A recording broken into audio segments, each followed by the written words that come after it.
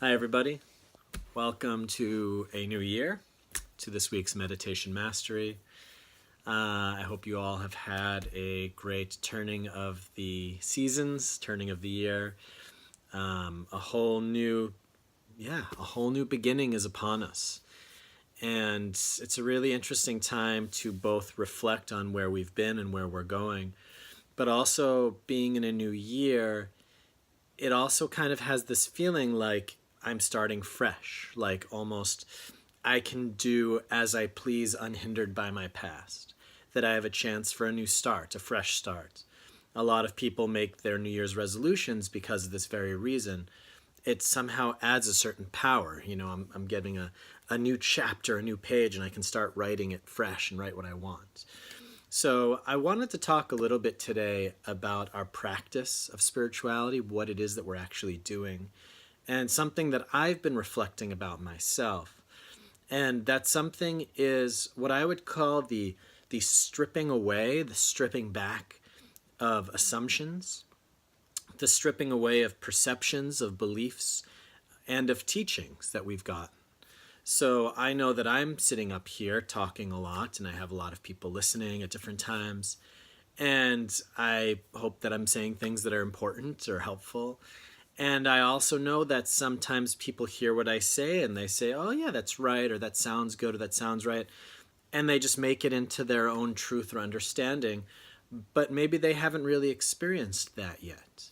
When the Buddha himself was teaching, I read that he gave a long talk, and he asked one of his main disciples, Sariputra, he said, what do you think, Sariputra? Is it like this? And Sariputra said, well, I don't actually know. I haven't figured it out yet. I haven't actually seen it for myself. And the Buddha said, very good. He said, just like that, Sariputra. Do not just take things because I have said them and make them into your truth. Listen to what I say and then do your own investigation. He said, I am a finger pointing to the moon. I am not the moon. And you are a fool if you stare at the finger and you praise the finger, because the finger is just trying to show you the moon. Yeah, that these teachings are a signpost. They're pointing you in a direction to go. They're showing you what you need to look at, in which ways you can benefit from reflecting. But then you have to do those reflections. You have to get that benefit yourself through your own work, through your own process. And what I've seen in myself and also in a lot of the spiritual community around me is that there's a lot of teachings that we take on and we almost like cloak ourselves with them. Like when I was a monk, we wore like a robe, and then I am, embraced by these kinds of teachings. I look this way, and then there's other people that wear different colors, and different kinds of clothing, different things, that I look now this way and I follow this teacher or these teachings. And that we almost take on teachings as like a new kind of persona or a new identity. And especially when we're kind of just beginning the path, I remember when I was starting practicing and I would go to like psychic fairs and stuff, and I would get all of these different, pieces of information from different psychics, and I'd read things, and I would take everything I heard as truth at the beginning of my path. That everything I heard, I'd go, oh, it's like this, oh, it's like this, oh, it's like this. And eventually I built this big collage, of things people had said and things I've read, and it didn't fit together in any way, and it didn't, it was contradictory within itself. And on top of that, it wasn't even connected to my own experience of how things are. This is what turns a lot of people away from religion, for instance, to begin with, is that we, go into these religious services, and we have these books and we have these stories of how things are, but they don't necessarily line up with our own experience. And then we see, the people who are heads of and leading the religions, and they're not even really following along with what this book says. And then we're kind of like, so what is this all about? So this kind of this disinterest, dissatisfaction, disappointment with religious institutions is coming up very strongly over the past, decade or so, right? And there's kind of just this shift where we're starting to say, maybe it's not like somebody else has the answers and I need to go and get the answers from them. Maybe it's actually something else. Maybe it's more like I have the answers and I need to understand that myself, but I need to first maybe remove everybody else's beliefs and opinions and their truths from myself to really see clearly for myself what is the truth, what is the way. I have a friend who she had been learning from a lot of different people, and she had been very confused by it. And I said to her, stop making other people's truths your truth, re-empower yourself. And she said, okay, then I'm just going to follow my intuition. And I said to her, well, right now, your intuition is still going to be pointing you in the direction of these other people's truths. So what I mean is, and I gave her an example. I said, it's like you're living in a house and you invited people into that house, and those people put magnets all over the walls. And you have a compass. And so that compass is going towards other people's magnets, right? That compass is pointing to your true north, to truth.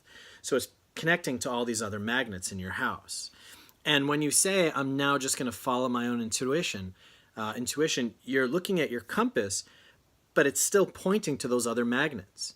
Yeah, so first you have to go and you have to remove those magnets from the walls of the house. You have to clear out everyone else's stuff, and then your compass is free to point where it needs to. Then you can follow your intuition.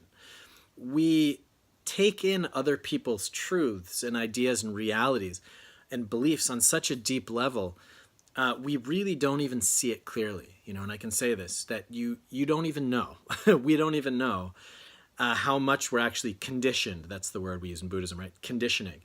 How much we're conditioned by things other people have told us, what our parents have told us, what our friends told us, what society tells us, things that have been told to us that form, our understandings.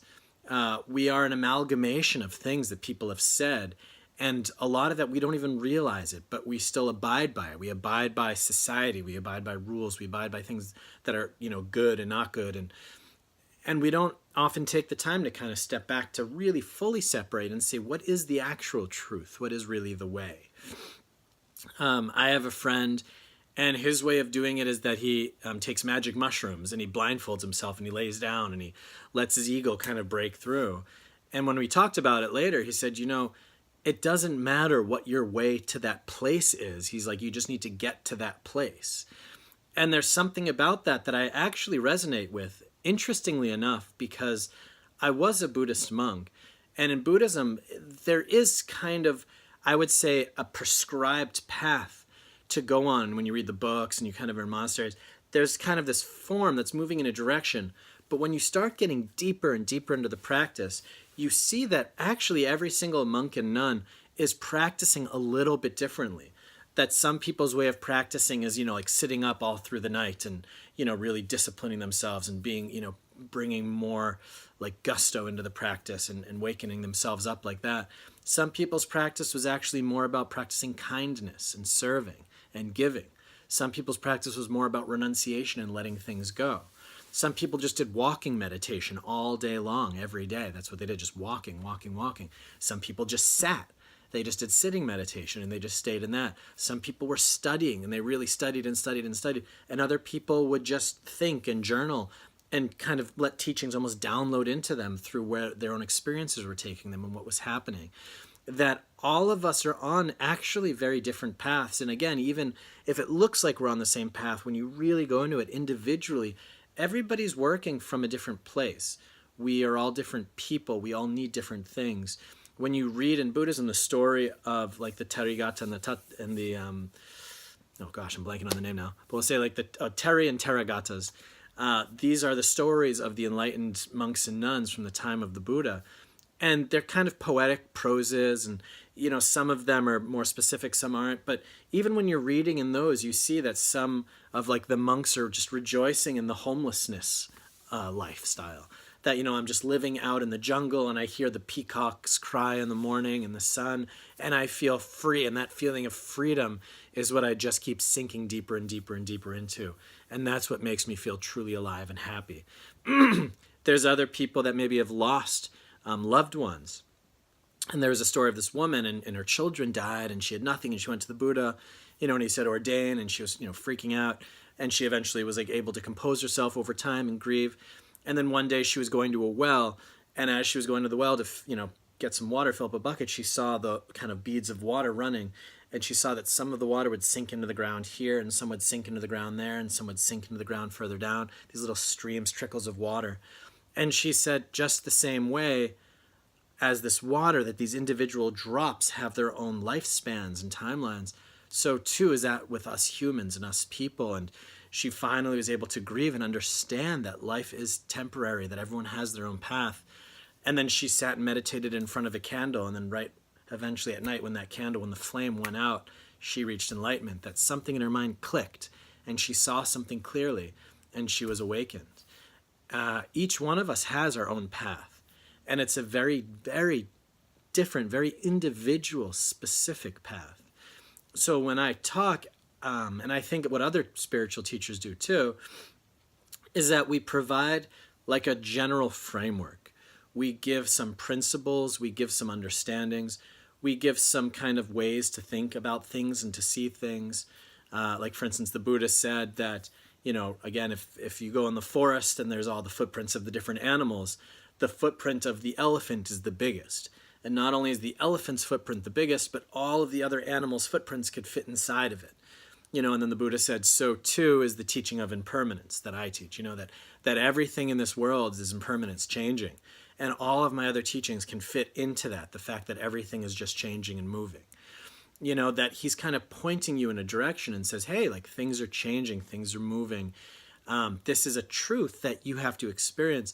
For you to walk around all day and say, oh, everything's impermanent, everything's changing, nothing is dependable, everything's, but then we, get upset when the car runs out of gas, or when the cat dies, or, if someone in our family gets sick or something happens in our lives.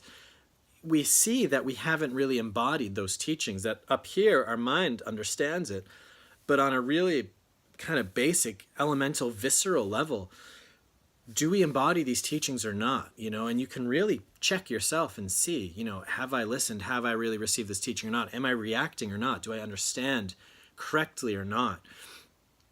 And I taught meditation last night to a group, and I haven't seen them in a while. I haven't seen them in like 4 months. And I sat with them to teach, and I said, I don't actually even want to be your teacher. I don't want to be a teacher. Yeah, that's not even interesting for me anymore. I said, I'm just here. I'm on my own journey too. Here's the things that I've learned. I want to share them with you. I want to be a part of this with you. But you have to be on your own path. And I talk a lot. And have you been watching these videos? I have a bunch of these videos. And if you went on iTunes, I actually have about 200 talks, ranging between 15 minutes and 40 minutes, or an hour and a half, even some of them, of just me talking to different groups and leading things. And it's like everything I have to say, it's kind of like out there, I like these. As I'm learning new things, I'm kind of giving some new impulses. But it's like I could write probably 5 books from all the things that I've already said, and there's something that's important about listening and getting teachings and understanding. But then there's something really important, like what we're doing right now, and what also, the meditation groups are doing, is then when we actually practice together, to slowly, once we kind of have like a general understanding of what we're doing, once we kind of have like a direction, once we start to have like our compass starting to get cleared off from other people's ideas, we start to have to just practice. We have to be able just to sit and to be. And I always guide the meditations, but even sometimes to sit in an unguided space, just to sit with your eyes closed and see, like, what does my mind do? Do I start to get tired? Do I get active? Am I, having fantasies about things? What is my mind doing? Where is it going? Why? It's going to an argument I had with somebody 12 years ago. Well, why? What is the theme that I haven't resolved that still has power over me, right? I'm fantasizing about something. Well, what is it about that fantasy that I want, and why don't I let myself experience that in my daily life? What is it that's pulling my mind out of this moment? Why does my mind think that happiness, that contentment, that joy, that freedom is to be found somewhere else? How am I living my life in an incongruent manner? That my mind, whenever I let it go, it just wants to run off and do all this other stuff. Because one of my teachers, Ajahn Brahm, he said, really, the way that how your meditation now is going to be is to see what was your mind doing before the meditation. He said, and if you sit down to meditate and your mind is all over the place, he's like, yeah, that's how you live your life. You're really just looking and seeing what you've been creating. It's almost like you've been in your room throwing stuff everywhere and ripping stuff up and, making a big mess. And then suddenly you actually turn around and you look at that room. You turn on the light and you actually see what you've been doing in that room, and it's a big mess. That's what meditation is that you're starting to look inward and see, what is it that I've created? Yeah, what are the movements I've created? What is the mess that I've created within myself? And also, what is the beauty, right? Because there's also things that we start to see in ourselves, and it's like, wow, I'm actually quite patient. I'm actually quite spacious. I'm actually a pretty kind person. I actually feel pretty at peace in this moment. Also look at ourselves and what are the qualities also that are praiseworthy within us? What are the things within us that we could look at and say, wow, that's great, because we all have both. I could say that for myself personally, I've always had quite like an active mind. My mind's been very active, which is why I feel like I'm a great person to kind of share teachings with, because it's like, I know if I can do it, anybody could do it. Because, I was on the focus medicine back when I was in, middle school and high school. And I was kind of one of those hopeless cases that could never concentrate in school and could never keep their mind in one place. And it was this whole thing. And over the years, I've kind of learned what that's all about and how, my mind needs to be interested and engaged. And it has to believe and it has to be able to surrender and open up to get into that spot where it can find peace. And each one of us needs our own kind of conditions to get there. So I can say for myself that I still have a very, I would say, an active mind, but I've also learned to create a spaciousness around it. So something that I have is spaciousness. And people often, when I'm in conversations with them, I get that feedback that they feel like they can just talk to me and I'm listening, because I can really just hold space. I can hold space and just take in information. And in my meditation, I do the same thing. It's my way of using my strengths into my weaknesses, is that I hold space, and then the thoughts come and the mind is restless, but I hold space for it. And I look at it and I understand it. And also sometimes I just let it all go as just mental chatter. I don't even feel like I have to do anything. And then eventually it just wears itself out and kind of comes to an end, right? But there was years where I had to really look at everything that was coming up, and I'd sit in meditation. I'd remember a fight that I had with somebody, and I would open my eyes and I'd stop the meditation, and I would have to like really think about this, like, what is going on? Why am I feeling that? I have to journal about it, right? I have to process these things that are going on. So insight and peace or stillness, they need to work together. That as we're working on becoming more and more still, we're going to start confronting the reasons why we can't become still. We're going to start seeing, as Jack Kornfield called it, the undigested pieces and parts of our hearts. That we're going to start seeing, what are the things in myself that I haven't really fully dealt with. Yeah, and sometimes you'll be able just to let all those go kind of wholesale, just say like, none of that matters. Those are all feelings, those are all thoughts, those are all just things. They're not interesting, and you'll be able just to drop in, just see it all as kind of chatter. And there's also times where you really are going to have to, one by one, deal with the things that are coming up and look at them and change them and see the patterns, right? Understand the patterns of your behavior, the patterns of your mind, the patterns of your psyche, to know how to start to change that. If you're sitting here the whole time and you're really like upset and negative and pessimistic and angry, you can sit here for as long as you want, but you're still going to be stewing in that same negativity, right? So if you see that you are more inclined to like a negative mind, for instance, then maybe that's something you need to really look at. You need to try to understand what negativity is, where it comes from. Oh, it actually comes from a pain. It comes from a feeling of hopelessness. I've been like severely disappointed and I haven't grieved. And so I've shut off my heart because it's easier. It's like the Grinch, right? It's easier to not feel anything than to feel that pain again. And to have to go through that process and then maybe even start focusing on appreciation, start to build more positive qualities into your life, understand things, start to get back into your body, right? And just feel like natural endorphins or something that feels good, aside from your belief structure. Okay, it actually feels good to go running and hiking and working out. And then my mind slowly follows suit. The forest is beautiful. Wow. That we have to find our paths back in. And that's the path from the Buddha as well. It's to combine this practice of peace and silence and kind of the unification of the mind, the meditation that I often teach, right? The stillness, the samatha, it's called samadhi. But simultaneously, it's the vipassana. It's the having to look at the different things that are coming up. You have to open things up. You have to understand things. Yeah, you can't just sit quietly and not understand anything. Yeah, the Tibetan Buddhists say, if you look at a chicken, they sit all day on their egg. Are they enlightened? Just sitting quietly all day doesn't mean you're going to get enlightened. Simultaneously, you could look at the greatest philosophers of, our time, the ones that we learn about in school, all these Greek philosophers and, Western philosophers, a lot of them were depressed. A lot of them were alcoholics. A lot of them, their minds were so busy and heavy and full of thoughts and ideas, but they were miserable. They weren't free. Yeah, they weren't happy. They didn't really find true answers. They had a lot of really great mental constructs that they kind of had. But what did that do for them? What does it do to have all of these ideas about how things are, but to be miserable? Yeah, there's a disconnect. Yeah, you haven't really understood something, because our understanding shouldn't be this one thing over here that's our head, and then our heart is this other thing over here. Our understanding has to be one, and it has to fit in both places. That our head and our heart have to kind of be resonating together, and then we're like, okay, now that feels like truth, because all of my being gets it. My understanding gets it, my heart gets it. It has to kind of be a full-bodied experience, I guess we could say.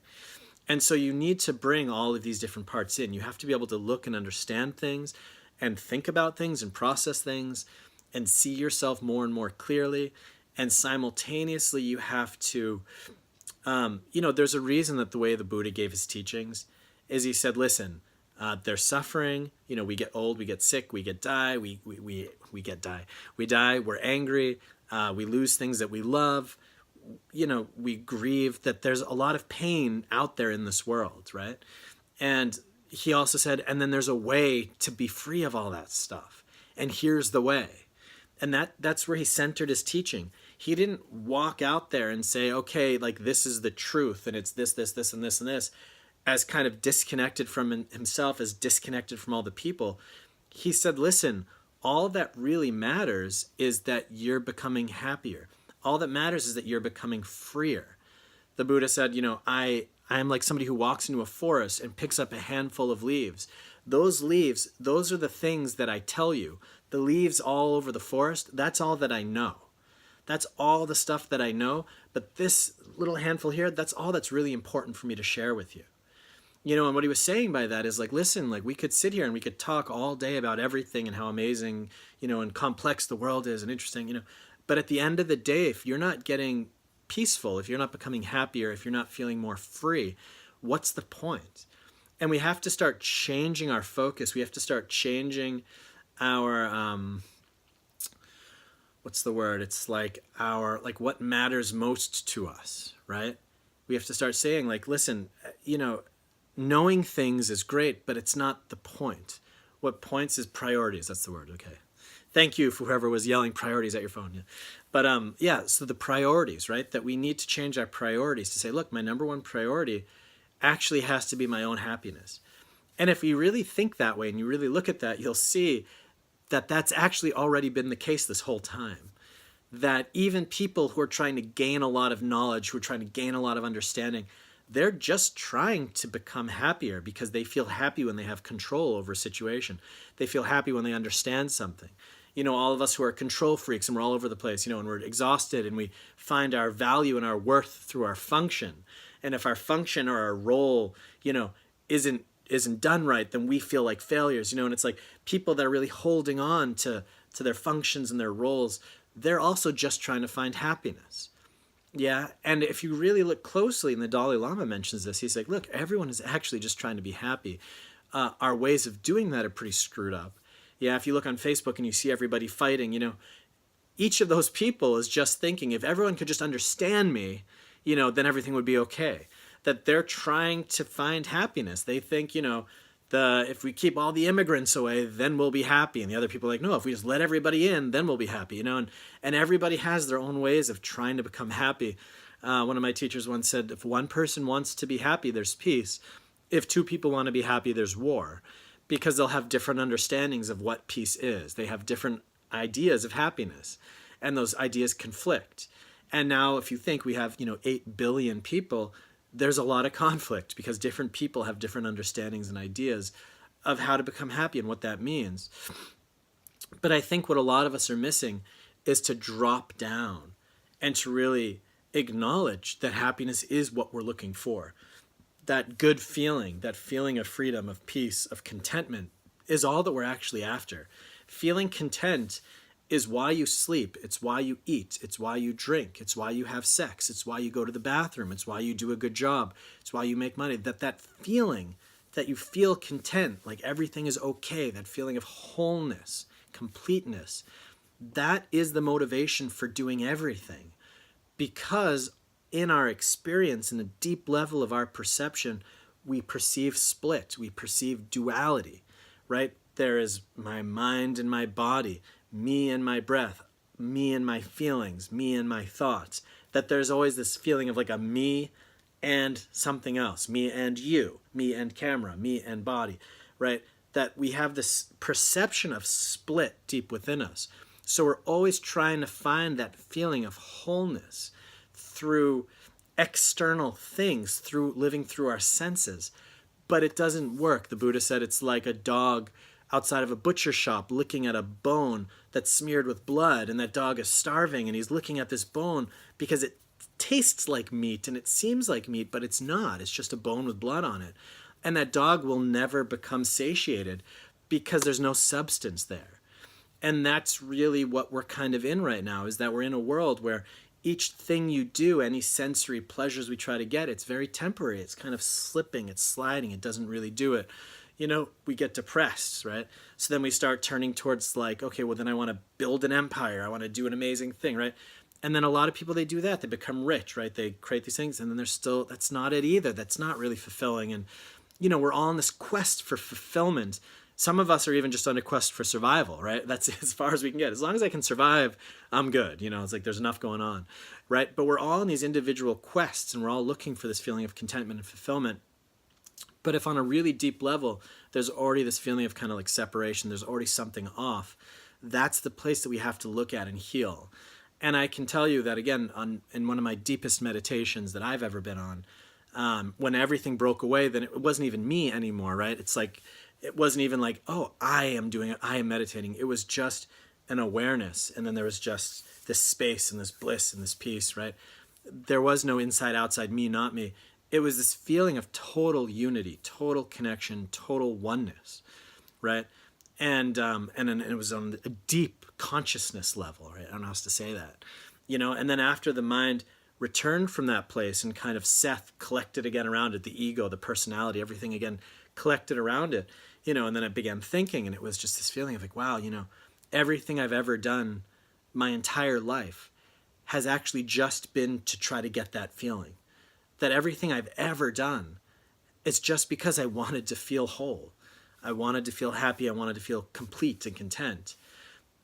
And that's it. And it's not out there anywhere, you know. And I think we know that. That's why we're turning towards spirituality. Spirituality meaning like the answers have to be somehow in here. And they are, but it's an experience, right? So all the teachings that I give or the teachings other people give, they're fingers pointing at something. They're signs, they're guides to get you to experience the truth for yourself. But you need to find your way into that spot. You need to work on experiencing yourself. And even if some of the things that I say to you, they don't resonate, then discard them, you know? If I'm guiding you in a meditation and I'm saying, you know, feel your breath and do this and this, but you feel totally blissful just to like let go, and then do that. Follow your path. Go your way. You know, I'm just here to guide those who really feel completely lost. You know, and even people that feel like they have a good handle on it, but then kind of like fall off or get a little bit like to the side, you know, get a little bit lost. You know, I kind of like help bring them back into the general area of like practices in here somewhere. But then within that space, you have to really figure it out for yourself. You have to connect to it. You have to let go of even what I say, even what the Buddha said, even what anybody says, and you have to make it real for yourself. You have to follow something, your own peace. Follow your peace, follow your bliss. Use that experience to guide your way. When you're sitting in meditation, how do I become more peaceful? How do I become more relaxed? How do I feel better? Right? So follow that in yourself and see what is your way. Make it your own, make your own experience. And at the end of that, when you actually find it, then you'll look back and say, oh, that's what the Buddha was talking about. Oh, that's what Seth mentioned. Like, it all starts to make sense once you experience it. But until you've made that experience, you're just living in ideas and stories and assumptions, right? And conceptions of something, and it's disconnected from you. So this talk, this new year, this whole thing, for me, it's really important to just give that message out to everybody. To really say, listen, make it yours. Yeah, make it yours. Try to just kind of pull back a little bit from everything that's been said to you. Pull back from everything you think you know, right? Pull back from everything except what your direct experience is. And then from that place, what is actually my experience of just sitting here? What is going on? Start from there and see how you can start to build your practice from that spot of where you are right now, right? Start where you are. Yeah, don't start from where the teachings are and try to work back to where you are. Start from where you are and try to first see what is actually here. What is this experience of just being here like? Yeah, what am I feeling? What am I thinking? What's going on in my body? How do I react to that? Yeah, is my mind running away from things? Is it running toward things? What's going on? So really use the space just to look and understand yourself. Yeah, see it clearly. Don't think that there's a right and a wrong and a good and a bad. And oh, if my mind's doing this, then I'm not meditating. Yeah, that's bullshit, right? That's not the truth. Whatever is going on in your mind is real. That's your truth, and that's good. Know it, understand it. See how instead of letting it control you, you can start to understand it and see it, take a little bit more space from it, and then start to work with what's actually there. And you'll see that your practice will just skyrocket. You'll go so far, so fast, because you're making it real. You're making it your own. You're transforming your very experience, right? That you're actually doing it. And then you're like, oh, this is what practice is. It's about transforming my actual reality, transforming my experience into something that works better. Yeah, and that's all that it's about, right? So, I don't know. I guess that's what I have to say. I hope that some of that landed on you somewhere. And yeah, we're going to meditate, and I'm going to try to leave the meditation a little bit more loose. I'm going to try to leave this meditation with a little bit more space. And I really would like you to try to find your own way, to drop in with yourself, see what's going on.